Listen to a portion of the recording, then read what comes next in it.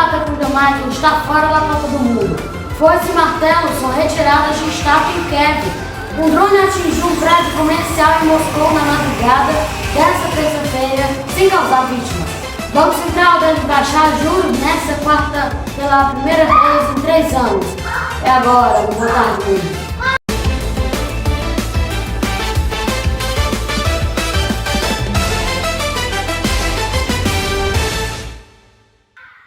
O Boa Tarde Mundo de hoje já começo falando essa triste notícia. O Brasil não fez boa partida diante de uma organizada Jamaica e ficou de 0-0 no encerramento do Grupo F da Copa do Mundo. O resultado significou o adeus da seleção à competição e o fim da passagem de Marta pela maior competição do futebol feminino. Fim da linha para o Brasil na Copa do Mundo. A seleção não conseguiu vencer a Jamaica na partida de encerramento do grupo e foi eliminada da competição. A técnica Pia Sundhage optou por começar com Marta no time titular, o que poderia dar uma dinâmica melhor à troca de passes no meio-campo, mas a estratégia do time brasileiro foi focada em alçar bolas na área adversária. Foram 27 cruzamentos na partida, mas com uma taxa de acerto de apenas 17%. Com o final do jogo se aproximando, o time pareceu se desesperar e foi perdendo a pontaria. Foram 2 finalizações certas na segunda etapa. O 0-0, junto da vitória da França na outra partida do grupo, classificou a seleção jamaicana, que terminou a primeira fase invicta, sem sofrer gols, com 1 vitória e 2 empates. O doloroso resultado encerra a carreira de Marta, a melhor jogadora da história do futebol feminino em Copas do Mundo. França e Jamaica aguardam a definição no Grupo H, que tem Colômbia, Alemanha, Marrocos e Coreia do Sul. E ficamos com expectativa, para a próxima Copa do Mundo. Mas, claro, parabéns a todos os atletas que fez sim sua parte, seu papel. Força a todos. Vários trabalhadores retiraram nesta terça-feira foice e martelo de uma estátua em Kiev, capital ucraniana, como parte de uma campanha para eliminar os símbolos da antiga União Soviética. A Ucrânia segue no processo de cortar laços religiosos, culturais e simbólicos com a Rússia. Nesta terça-feira, trabalhadores retiraram a foice e o martelo de uma estátua em Kiev, capital ucraniana. A iniciativa é mais um passo de uma campanha para eliminar as marcas da antiga União Soviética.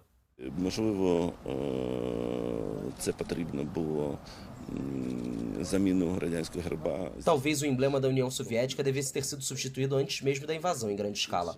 Mas hoje a guerra russo-ucraniana traz uma nova relevância para muitas questões que foram adiadas no passado. Війна актуалізує багато питань, які відкладалися в минулому на наступний час. A escultura de aço de 62 metros de altura e colocada sobre um pedestal de 40 metros representa uma mulher carregando uma espada em uma mão e um escudo com uma foice e um martelo na outra. Chamada de Mãe da Pátria, o monumento foi construído em 1981 em memória da vitória soviética na Segunda Guerra Mundial. O Ministério Ucraniano da Cultura quer adicionar à estátua um novo escudo, com um tridente, símbolo da Ucrânia. Очевидно, війна триває також на культурному інформаційному фронті. A guerra, obviamente, também ocorre na frente cultural e de informação. É uma guerra pela identidade, pela consciência das pessoas, pela oportunidade de decidir o próprio destino e ser o dono do próprio lar. Самостійно вирішувати свою долю і бути господарем у своїй хаті. Com um custo estimado em mais de 7,58 milhões de reais, o projeto suscitou críticas na Ucrânia, que necessita de recursos para o conflito que eclodiu após a invasão russa do país em fevereiro de 2022. No campo religioso, a Ucrânia mudou nesta semana seu feriado oficial do dia de Natal de 7 de janeiro para 25 de dezembro. A igreja do país seguia as diretrizes da ortodoxia russa, que usa o calendário juliano em datas importantes.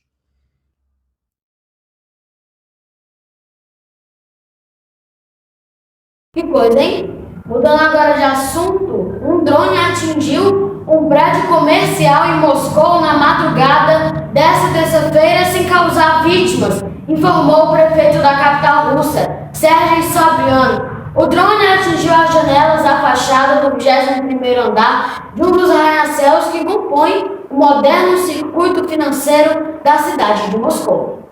Um drone atingiu um prédio comercial em Moscou na madrugada desta terça-feira, sem deixar vítimas, informou o prefeito da capital russa, Sergei Sobyanin. O drone atingiu as janelas da fachada do 21º andar de um dos arranha-céus que compõem o moderno circuito financeiro da cidade de Moscou, cujas 2 torres foram danificadas no último sábado em um ataque semelhante. Segundo o prefeito, as forças de defesa antiaéreas abateram vários drones que se aproximavam de Moscou, mas um deles conseguiu chegar à capital e atingiu uma das torres que já havia sido atingida há 3 dias atrás. O Ministério da Defesa da Rússia informou que as forças de defesa antiaérea abateram hoje 2 drones na região de Moscou, um no distrito de Odinstovo e outro no distrito de Narofominsk, onde está localizada a 2ª Divisão de Infantaria Motorizada, uma das unidades de elite do exército russo. O ataque de hoje, descrito como terrorista pelas autoridades russas, ocorreu depois que o ministro da Defesa, Sergei Shoigu, anunciou na segunda-feira medidas de segurança adicionais para proteger a infraestrutura dos ataques aéreos e marítimos ucranianos. Shoigu enfatizou que Kiev se concentrou em ataques terroristas contra a infraestrutura civil de cidades e outras cidades da Federação Russa. Segundo o ministro, isso se deve à contraofensiva ucraniana fracassada iniciada em 4 de junho, apesar de contar com o apoio de patrocinadores ocidentais.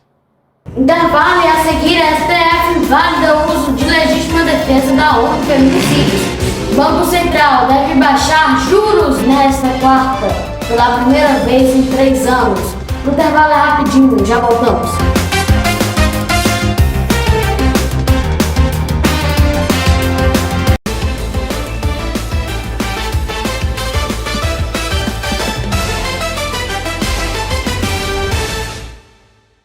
Voltando agora do rápido intervalo, e o Comitê de Política Monetária do Banco Central se reúne nesta quarta-feira e deve iniciar o ciclo de corte nos juros básicos da economia brasileira. A decisão será anunciada após as 6 horas da noite.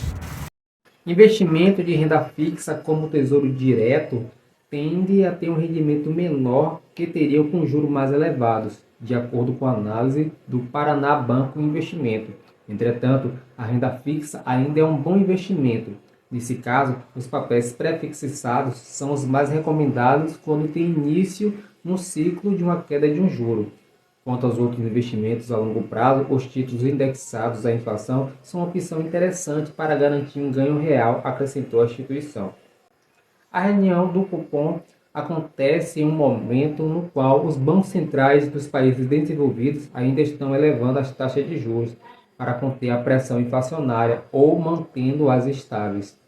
A redução da taxa básica de juros no Brasil deve acontecer nesta quarta-feira, após pressão de Lula e também da queda da inflação nos últimos meses.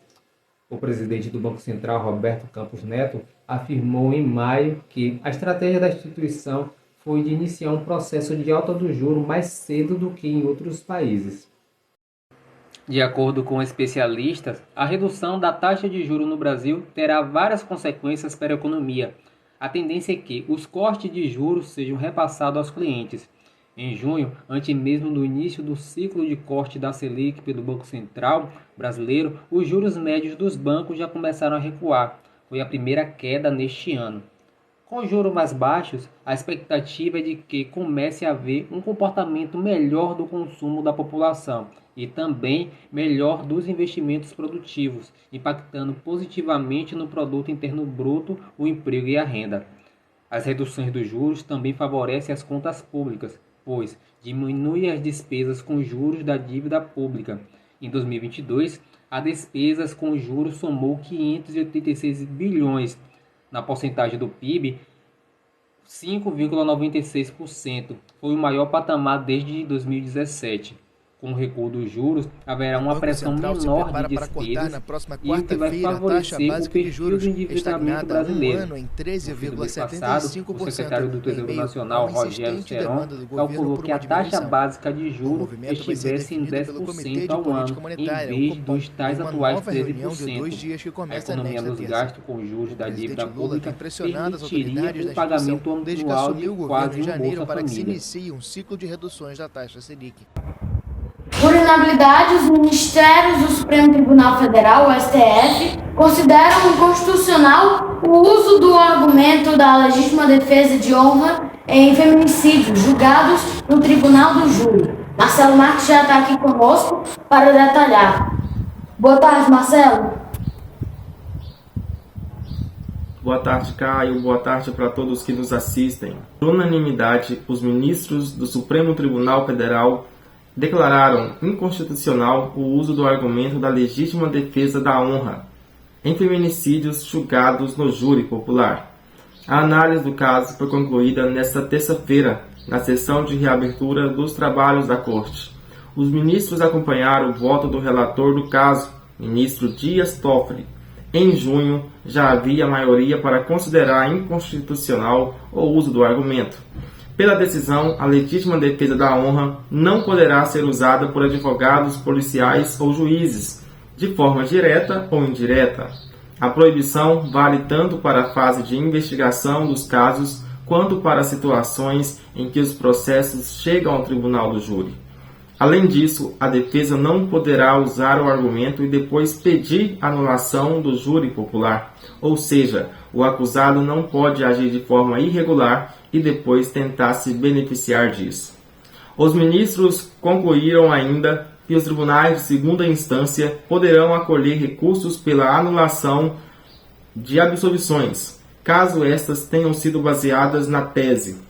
A Corte também entendeu que o tribunal determinar novo júri não vai ferir ao princípio da soberania dos vereditos dos jurados. A tese da legítima defesa da honra era utilizada em caso de agressões ou feminicídios para justificar o comportamento do acusado em situações, por exemplo, de adultério, na qual se sustentava que a honra do agressor havia sido supostamente ferida. A ação que discute o tema foi apresentada pelo PDT em janeiro de 2021.